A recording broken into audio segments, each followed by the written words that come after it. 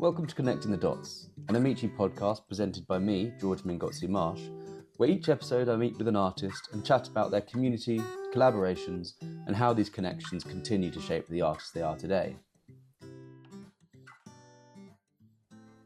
In this episode, I'm speaking with singer-songwriter Alexander Wolfe. This conversation was recorded here at Amici Studio in Hastings, and Alex is based locally but originally comes from southeast London, and he's just released a beautiful and devastating new album, Everythinglessness. If you've been following the Connecting the Dots series, you'll know that up until now, I've been mostly speaking with visual artists, so I was really looking forward to this conversation, connecting with a different sort of creative and exploring his process, influences, and significant moments in his artistic development.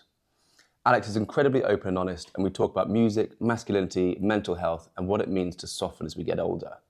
We do touch on some difficult subject matter, including references to suicide, and there is some strong language. It's a slightly different conversation to the ones we've had before, but I think it's a really special one. If you're watching on Amici.art, I've included a short clip at the end from Alex's album launch show at Christchurch and St Leonard's. But I began by asking Alex about his early influences and his first steps towards making music. I remember feeling quite restrained by this idea of what a young man was in southeast London, you know? Especially where I went to school, and like I grew up in Woolwich and I went to school in Eltham, and you know, it's very, very conditioned. And I remember music feeling like a sort of connection to something, some magic, something that didn't feel quite so concrete, something that wasn't quite so what's the word, like restrictive, and like didn't have so many kind of rules implemented on you, and it really made me feel like I was free. I could express myself in the way that I wanted to. Over time, I've come to realize that that's because that's exactly what music is. It's like,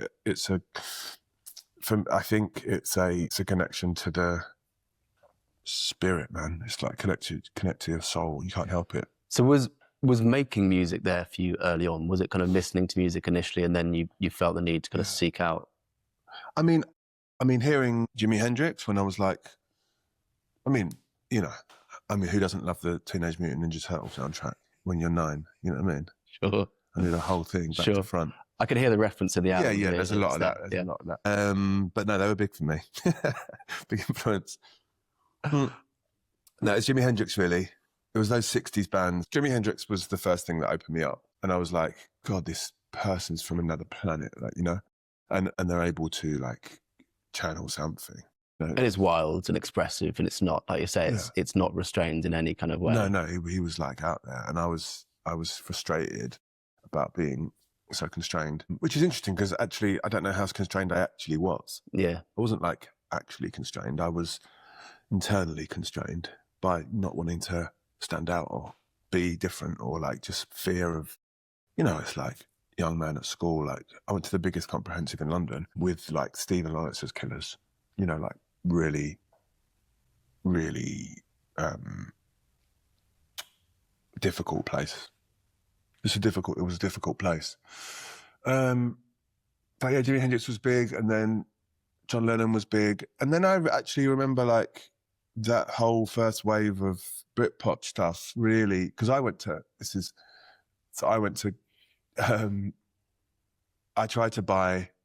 Art Price when I was a kid, and I tried to buy Midnight at the Oasis by the Brand New Heavies. Yeah. Massive jazz thing. And I picked up Cigarettes and Alcohol by Oasis instead. Yeah. And I took it home and I was like, what is this? You know, Oasis were huge for me. I was like really into that kind of, which is interesting because they're such products of masculinity. Yeah. You know, they really, you couldn't write a more scripted masculine. No, completely. And like they were the first, I remember the first time I picked a guitar up and tried to play a song like with a mate trying to work out. Yeah. I can't remember what song it was now, probably Wonderwall. Probably, yeah. And yeah, I think they were such like a gateway drug for so many of us. But then also there was the kind of like cocaine for breakfast, the lifestyle, the kind of misogyny, the kind of like the real lout culture that went along with it. Yeah, they were not like, but I think that's kind of magic, because I think that like, because the musicians I'm drawn to are often quite constrained, like Mike Skinner, like was a huge one for me as well. Like, I think I'm quite drawn to these kind of these kind of like projected, very conditioned, working class, masculine musicians. I remember Mike Skinner being a huge influence. He's a huge influence on this record, actually. Like the narrative of it, Yeah, and I like can see that. Grand Don't Come for Free was huge for me. Like learning about, because the first time I'd ever heard someone start a story on track 1 and finish it on track 12, I was like, oh, you can do that, you know? Yeah, I think he's a genius, actually. He's and I think he's quietly super fucking bright and intelligent. But yeah, Oasis were big, and then the Verve, and then I went a bit deeper into what they do is they open the door, so then you go and find Love, you know, and you go and find Arthur Lee, and you find like I don't know, Curtis Mayfield, and you find all these kind of super fucking interesting musicians. Like I'm not sure I'd, you know, like finding Nina Simone via Oasis is crazy, but it is true. Yeah. It's how I got there, you know?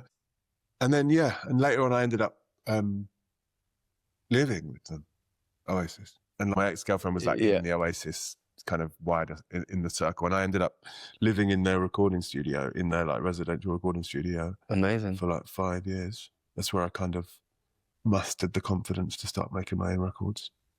Amazing. I mean, one of the things I was going to ask you actually next was about, your kind of pathway into actually making yourself and actually thinking that that's something you could do. I think so often you have to have someone in your life, in your orbit, that opens that door for you and shows you a way. And was there a kind of a person or something that made you realize that actually this isn't just something like can be a hobby or something that's like a private passion, but it's something that maybe I can pursue? I think the answer is no, actually. What kind of gave, I guess it's maybe what gave you permission? Yeah, exactly. Like learning you're allowed to, yeah. I think actually I learned that from thinking about like, John Lennon was just a little scally. You know, Hendrix was from the street, Liam is from Burnage, you know, like learning that Mike Skinner's from this little Birmingham council estate. Learning that actually the stuff I liked was from little you kind of relate to those examples, I suppose. Yeah, I suppose that. And also, I think I've got this like, in me, I've got this kind of quite like self-assurance. I was quite ill actually when I was 18, 19, 20, 21. Very depressed, very unhappy, but I had this quiet like sense of like I could do anything. Because there's already on the first record was 2009, was it? 2008, 2009? That'd be right? I think 2010, but yeah. Okay. Around then. So, I mean, even at that stage, there's stuff that feels very honest and very kind of revealing. Yeah. At quite a young age. Well, I listen back now to like Stuck on a September, which is the last track on that record. I don't understand how I wrote that at that age. I'm like... Was it the kind of confidence of youth, do you think? Or because I was wondering if there's ever stuff that you pull back from, where you start writing and you think actually that's too exposing or that's too vulnerable, or people I think the opposite has happened to me. Now there's a song called Please Don't Tell My Mother on the record. It's one of my favourite songs on that record. Yeah, it's brutal, right? Yeah. And it's like, I don't think I could have written that at any other time in my life other than now. Like, it's too much. And actually, all the he's in that song when I first wrote, were I's. Right. So it was super, yesterday I tried to die. That was when I wrote it. And it was the day after I tried to die. Yeah. So it was like really, it was a real way of... I was going to ask you about that kind of the narrative perspectives in the album, actually, and how much of that is you and how much of these are kind of people in your... Because there are different voices that kind of come in and out of the album. I don't think... I call it a semi-autobiographical album, but I was uncomfortable saying that because it isn't. I mean, it is semi-autobiographical, but only in the way that like all art is. You know, my mum didn't die. Spoiler alert. That's not how that was not my suicide attempt. Was not in a bath. That was just an imagined, sad, just an imagined idea of how that wasn't my method. But there are lots of things are different. different about it. But I think that the reason I call it semi-autobiographical is because it's so universal, and you can change the narrative, like you can change the details of the narrative, and it's the same story over and over again, you know? Yeah. But there's lots of stuff that is true.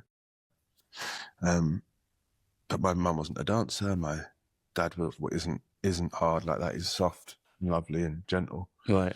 My mum's French. I mean, there's lots of, you know, not that's a huge difference. But yeah, I mean, I don't think anyone expects kind of absolute truth from artists. I know. It's a kind of a lens, isn't it? That you're drawing on personal experiences and feelings to paint that picture. And it's my voice at the end when I'm saying, like, this is how I get better. This is how I'm going to be. This is the kind of man I want to be. Yeah. That's the truth. That's exactly my feeling. And Signs of Life is a real moment of like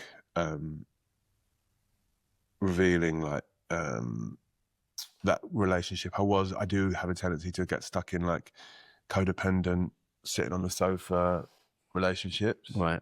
You know, like it's definitely true. Yeah. It's just, I don't know how true, if that makes sense.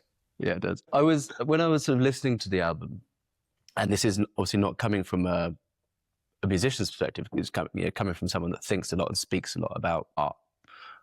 I was thinking about the kind of almost sculptural dynamics of the album and the kind of the sound of it and your kind of use of sound. And there is this real kind of in the room intimacy. Like sometimes it feels like you're right next to us, like in real kind of physical proximity. Then there are kind of these moments where we kind of step outside, and it's almost like stepping outside for a cigarette break or something. There's kind of this kind of relief, whether that's through kind of the voice notes or the kind of ambient recordings and other things that kind of come into the album. I was sort of interested in how you kind of piece this sort of puzzle together. You know, when do you think of it as a whole early on? And I was using the album as a form of recovery as well. So it was all very.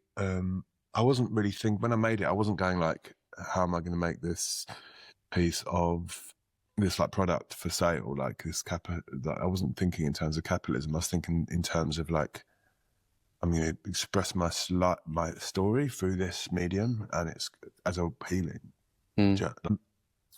Interestingly, I don't have a lot of musician friends. I have a lot of artist friends. I was wondering. Yeah, like I've always felt way more comfortable around visual artists or sound artists. And I do think there's quite a lot of sound art in this. There really is. I mean, that's kind of, I guess, what I was sort of thinking about with the kind of the sonic dynamics of it. Yeah, I think and it's not an accident. Like like These Are the Days is recorded in my living room with the TV on.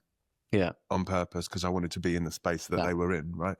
And like that voicemail on the interlude from his mum is my mum, you know, like to asking me to pick her up from the hospital. It's like real stuff.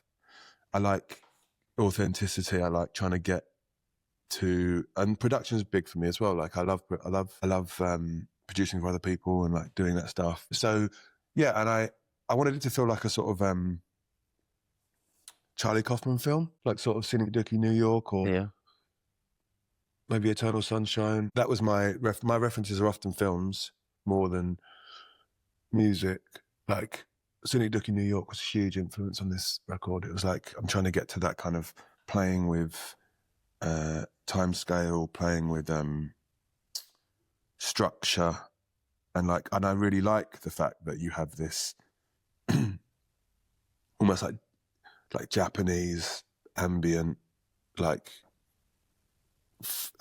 backward kind of soundscape thing, a radio thing, followed by like talk. It's like a pop song, you know? And I've always loved that, like those two things like butting up against each other. And there's a lot of juxtaposition on there, which is, I mean, what I think I'm saying is none of it's an accident. Yeah. It's all like, it's very sculpted, you know? And they're not re-recordings of the songs either. I write, like I don't make voice notes and write like that. Right. I put the good mics up and write in front of the good mics because I want the version that you hear to be, because what happens, right, when you record, I think, happens to a lot of people, is that you record the truth and then you go into a big studio and you perform an impression of the truth. Yeah. And I like capturing the truth when it happens. So I like putting the good mics up, writing the song, and then there it is. You've got it. And it's the real version of the song. I was listening to David Gilmour speaking on a podcast last night, and he was saying exactly that, that he tries not to, particularly when he was talking about his solos and things like that, he doesn't play the same, thinks he doesn't play the same solo over twice, because it's always a reflection of that moment. Yeah. And if he kind of records something perfectly and that recording fails, he won't try and replicate that same thing. He'll try and get the next perfect recording. And it's a really interesting way of thinking about it. Yeah, I totally agree. And it's like with visual art. Like, the point isn't that there's a red splodge there and a cream swoosh there. You can't then, if that, like, that's the truth then, but you can't then go and like paint and put the same red splodge in the same. It's not, doesn't have the same meaning or energy. And you can feel that. I've always talked to, I mean, it's interesting with particularly visual artists, but I suppose it probably happens with musicians as well. There's a point where you're excited about what you're doing, and you're kind of nervous about what you're doing. It's kind of trepidatious, and I think as an audience person, you kind of feel that. And then there's a point where you get comfortable. Yeah. And I think as an audience member, you're not immediately aware of that, but there's a sense that shifts. There's that kind of feeling that sort of goes, okay, this isn't. I'm not getting the same excitement from them. And you lose interest. There's a thing that musicians talk about all the time called demoitis, right? Where you get super attached to your demo, which is you've recorded it in bad quality at home, and you've taken it to a studio and you've done a posh version, and you're like, why did I not get the same, like, just kind of like fucking boner from that? You know, this sounds like shit, but it's got all the fucking energy and the truth and magic in it. You know, and this stuff. It just sounds slick, and all I hear now in the radio is just the fifth version of a song. Yeah, you know, and it's like a photocopy of a photocopy of a photocopy of a photocopy, and each time the quality an edge being shaved off each time until it's this sort of, and the quality goes up and up and up and up, and the meaning goes down and down and down and down. Yeah. So I wanted to capture that basically, and I tend to do that as much as I can. Like, some of them are literally, like, there's a song called "Tired of Me," which I did for a film soundtrack. Not a film soundtrack, a TV show soundtrack. And that was me improvising a song. That was me, like, writing in real time. I'm playing the guitar and singing this song out of, like, I'm not saying like I'm magic. I'm saying everyone does that. Everyone does that, but they never use it. You just, like, put the good mics up and you've got your song, you know? I think it's everyone's missing a trick. Yeah, it makes a lot of sense. Yeah. If we're kind of thinking about I suppose the journey of this album. So this is your first album for what, 6 years? Would that be right? Yeah, till 2019. And in that time, you've left South East London where you grew up. You've kind of moved to Hastings, and you've had this mental health crisis. Yeah. What was the kind of first step, I suppose, in making this album after that time? What was it that you sort of, you know, you woke up one day and you're like, well, I'm ready to start piecing this together or putting something down? I don't think it was like a ready to do it thing. I think it was like, I was like using it to get myself ready to do it, you know? I was really unwell, and I didn't write a song for like best part of 2 years. I did all sorts of things to get better. I went to live in Vietnam, went to for 4 months. I stayed with monks and just did chanting and meditation the whole time. Just I had such a loss of meaning and purpose, and nothing meant anything. I just had this gaping hole in me that I couldn't come to terms with. I tried everything to get better. I was in loads of therapy and nothing was really sticking. And I was so unwell. I needed to and I actually went to see a shaman, and there was loads of things that happened in there that were super confronting and important. And at the end of one of the sessions with the shaman, he said, I never mentioned anything about my life because we had a language barrier, because he was from Ecuador. So I couldn't really tell him I was a musician, really. I just was he was just treating me. And he said, tomorrow your gift will return. He did this treatment on me, and then he said, tomorrow your gift will return. I was like, oh God, God, I hope that's true. And I don't know what he means, but like, I don't know what gift he means, because I'd almost forgotten about music at that point. And the next day I wrote 3 songs, 2 are on the record and 1 that's just not. But yeah, and it was just like, the more I created, the more like a person I felt. I also, yeah, so I just kept writing this story, and it was a way of understanding my sort of neurosis and like how I got here. So I went back to like myself at 17, and I sort of wrote about him, you know? And in doing that, it's like going back and sort of trying to understand who I was. And I think it's why people write autobiographies. Well, I don't know why people write autobiographies actually, but like, it's why people write stories that are about their, or at least symbolically about their life, because you're trying to understand what happened, you know? Mm. I remember when I got my first, like when it happened around when I got my ADHD diagnosis, which was really super powerful for me, because it meant I could like forgive myself. Yeah. You know, you're trying to I could forgive that 14-year-old for never being able to concentrate. Yeah. I could forgive that, like, I could forgive myself all the times I've left my bath overflowing. Yeah, I think a lot of adults that get a kind of an adult ADHD or autism diagnosis have that almost sense of grieving for their kind of childhood self, and you have to kind of let go and give permission to all those times. So yeah, either you kind of punished yourself or you were punished for. And I think that was what I was doing when I was writing the record, is that I was trying to understand. I mean, I listen back to that record almost never, but like, I have to when I was mastering it. And I was so like moved by the little boy. I was like, oh God, love that little kid. And that's me, you know? I felt such compassion and love towards the little version of me that is running around like making all these mistakes. You know? Beautiful. I think a similar thing happens to, well, it certainly happened to me on sort of becoming a parent, and you sort of start seeing a little version of yourself, and you're forced to kind of confront your younger self in a little bit. It's quite well, for me, I found that a really amazing but a really difficult thing at certain points. Yeah, for sure. I can imagine. Yeah. But yeah, but so, I mean, I was going to ask if taking yourself out of the place where you grew up, moving to a new town, did that make it somehow easier to kind of reflect, that having that kind of physical distance, was that able to give you a sort of emotional distance to sort of be able to say, oh look, this is, I'm looking. Definitely, there's a different, you can't really look at South East London from South East London. Yeah. Being away from it, looking back at it and going, oh, that represents a lot to me. And like, God, there's a very specific way people operate there, like wrapped in kind of lore or like story or something, you know? And it's the same thing here, but it's different. It's not my, this isn't my, like, it's my home, but it's not my like home. Yeah, no, I know. You know? I understand.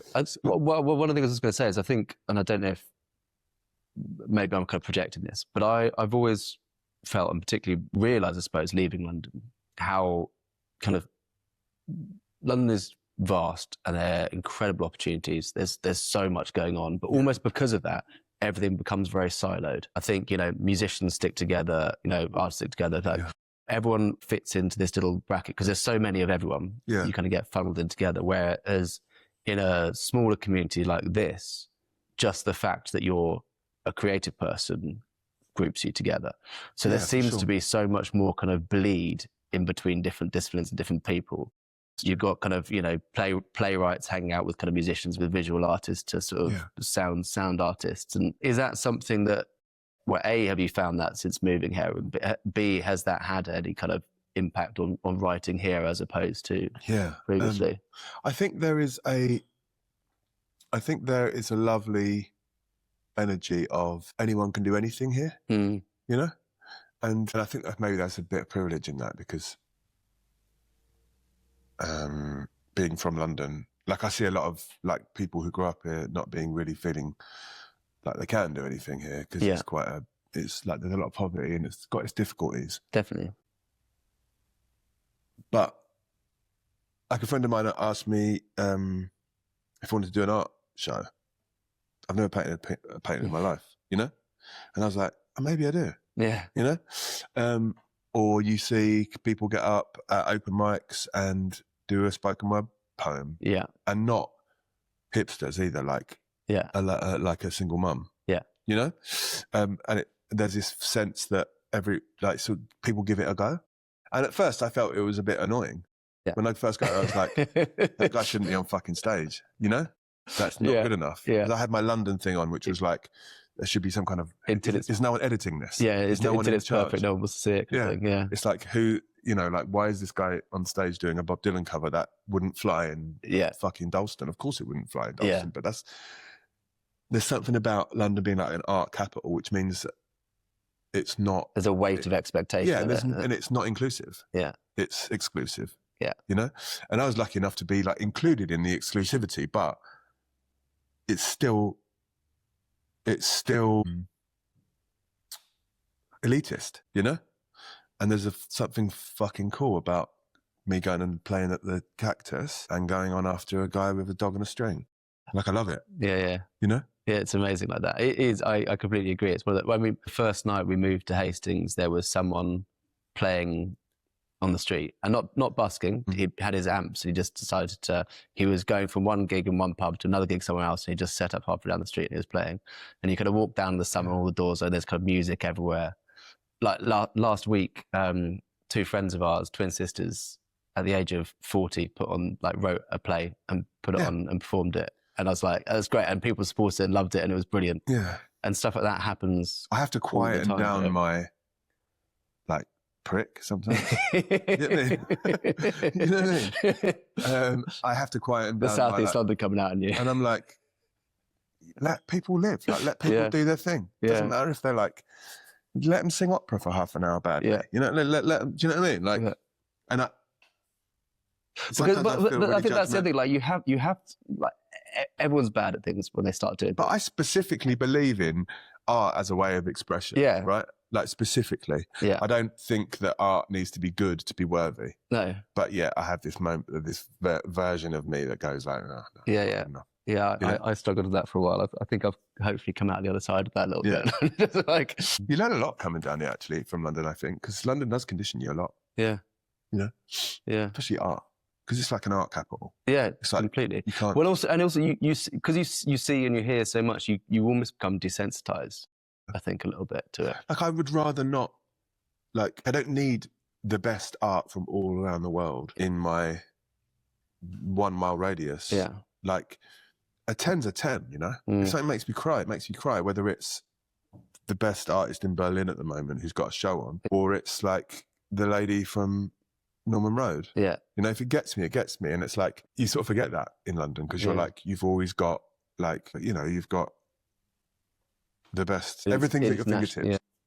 So yeah, it's been quite an interesting learning curve in that way. Yeah. I mean, sticking with the idea of kind of the visual side of things for a moment, like I'm interested in how visually considered or how this album has been presented. I mean, from all the album artwork, the videos and stuff, have been shot in Hastings, but the decision has been made to do it. They are shot in Hastings, right? Some, yeah. But chosen kind of concrete corners, claustrophobic kind of alleyways and things like that. So it's sort of, it's a side that people might not necessarily associate with Hastings. Yeah. As part of it. But the whole aesthetic of it, it's black and white. It's very kind of urban. It's very kind of earthy. Even the way you're kind of presenting yourself in this sort of album cycle is different than it has been in the past. Definitely, yeah. Like there feels like it is kind of, again, talking about building something from the ground up. Everything's kind of being considered with it. What is it that you're trying to kind of project with this? Or is it more that you're trying to get into spaces that maybe you wouldn't have done previously? Yeah, I mean, what am I trying to project? Because it's more than just album artwork, isn't it? Yeah. I mean, it's basically me, right? Because it's a pic. The album cover has got that was shot in Lewisham, actually. It's shot between Lewisham and Hastings. Like, the more recent stuff in Hastings and the beginning stuff was in Lewisham. There's a kid who looks weirdly like me on the front. Yeah.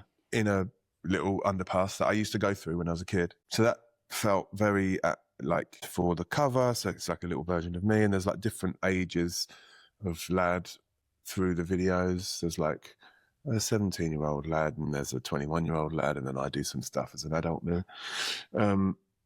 But yeah, I actually, it's really interesting because when you look at it, it looks so considered. It looks like my whole like feed of everything on all of my social medias and all of my website and stuff is all black, white, and this one green. And I really like that. But it's way less considered than it looks. I won't give you too much credit. No, it's not so much that. Well, no, I'll take it. But even the way you're kind of dressing and presenting yourself. Oh yeah, no, definitely. Like I am. That is considered. That's like when I was sort of making it, I realised that I didn't want to be from the outside. So I believe there is this male problem. Yeah. Like I believe that masculinity is in crisis. Sometimes I say things and I hear myself and it just sounds a bit cringe. But anyway, I do. I think the masculinity is in crisis, and I think young men don't know what they're doing, and I don't know how they're useful to society, and I don't think they know what they can do about it and how they can be. And a lot of that is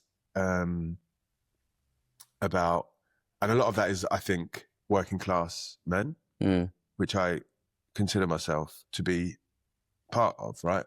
But what has happened to me over like 20 years is that I have hung out with loads of artists and drag queens and I've had loads of experiences in, I've been all over the world and I've done all this kind of very like lucky stuff that not everyone gets to do. So when I'm telling a little kid from Hastings that like life's all right, and you have to soften your edges, and you can't be brittle like you're being brittle, because you'll end up on smack, When I say that shit, not as clearly as that, but when I am sort of delivering a message of we need to soften, I don't think I can do that from an already soft place. I don't think I can do that from a long hair, kind of frilly shirt guy, like who's from Dalston.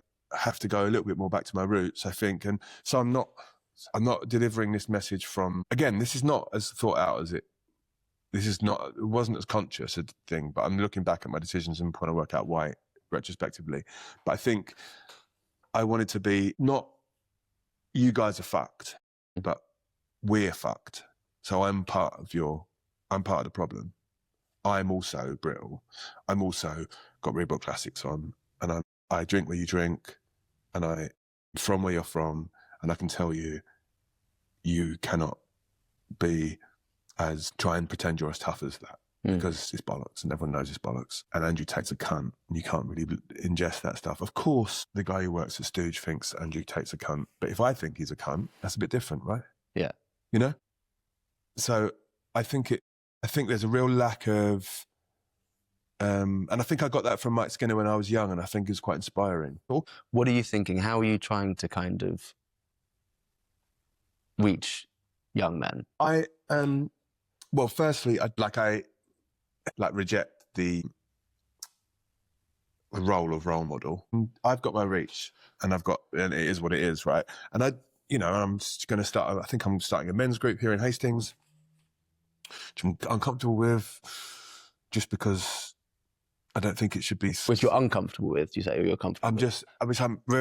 I said uncomfortable because I am uncomfortable around the. I actually don't think the separation of genders in that way is that helpful. We learn so much from women, and I've learned everything good from women. Yeah. So I don't know if loads of men together all going like, I'm fucking annoyed and sad, and like immigrants are in here. Like, I can just feel what it would be. It self-perpetuates. Yeah, I don't think that. I think we have to take our lead from women. But actually. But I am going to try a men's group and a sort of like development of these everythinglessness conversations. I mean, carrying on that idea, thinking again beyond album release to playing live. I mean, you've got to take something now that is, like I said, incredibly intimate, that on the record feels like you're right next to us, and bring that to a room full of people. Yeah. does it change, or do you change it? Do you kind of adapt to that, or are you trying to replicate that intimacy with the upcoming live shows and things? That's interesting. I've got this vision for it as this like. So the live shows I'm going to do is coming up are like in a church with a string quartet, real like acoustic versions of the songs, like different versions of the songs. And it works beautifully. It's really interesting, and it's nuts really to like already be doing different versions of the songs. No drums on anything, no guitars on anything, because completely different versions. So that feels weird, but I like weird. But I do have this vision of like creating because I make a lot of theatre. Yeah. Making a theatrical version of this.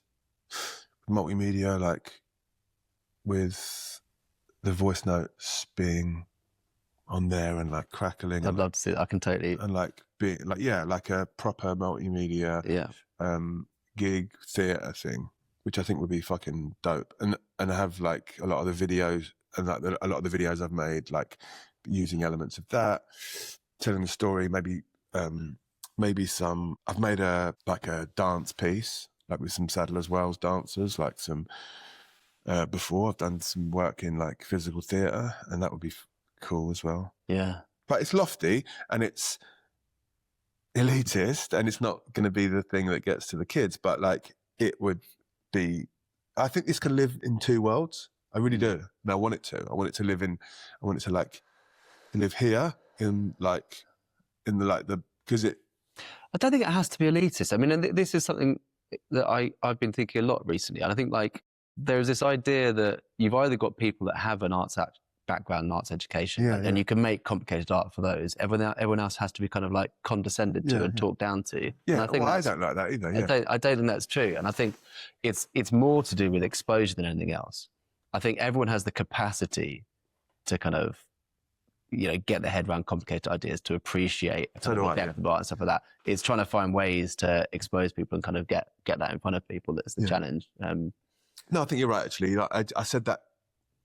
I know what you mean. I completely know what you mean. But as I was saying it, I was like, but I do actually think that there is a version of it that it lives for. I don't know. I just quite like the idea of doing something that's so, I don't know, like, I haven't got any other word, but a positive word. Imagine a positive word for pretentious. Yeah. Like so ambitious and so kind of abstract and beautiful and artistic. But it can live there, and I can do the songs in a club and those two things can exist simultaneously. Yeah. And I would like to make it into a sort of theatre piece, And if I have time, I will. But that's a different version of it for sure. I think that sounds exciting. I think that's a fun place to leave it. Yeah. Thanks, man. I enjoyed that. Yeah, me too. I hope you enjoyed that conversation. It was a real privilege speaking with Alex. He's incredibly open, thoughtful, funny, generous, and I think that balance really comes through. As I said at the beginning, it's a slightly different episode for us, but one that I think feels entirely within the spirit of Amici and the developing Connecting the Dots series. If you're watching at amici.art, you'll now see a short clip from Alex's album launch at Christchurch St Leonard's, a beautiful performance with a string quartet that really brings the record to life. And Alex will be returning to Christchurch on the 25th of April with the same quartet, so do look out for tickets if you're local. Thanks for listening. All right, this is the last song. It's a new song. It's called The Good News Is We're All Gonna Die.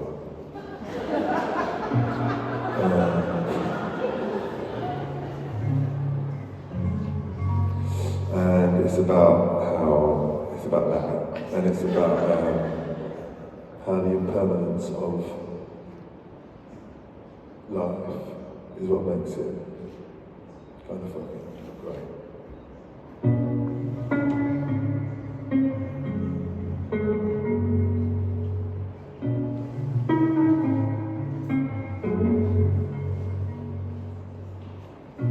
I've been sleeping in wrapped up in sorrow, staying high and getting fit, running out tomorrow. No one's heart should be this fast. Why is my ceiling overcast?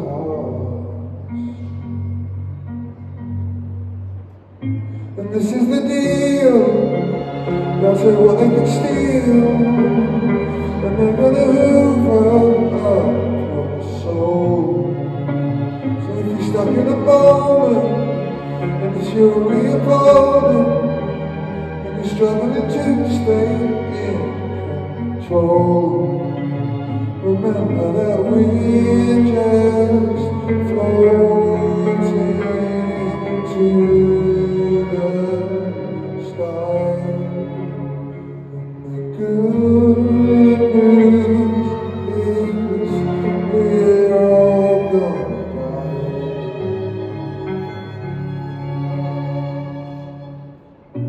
I've been working on trying to keep it together, and then I'll chase my tail till dawn. Another schoolboy, but there's no hell,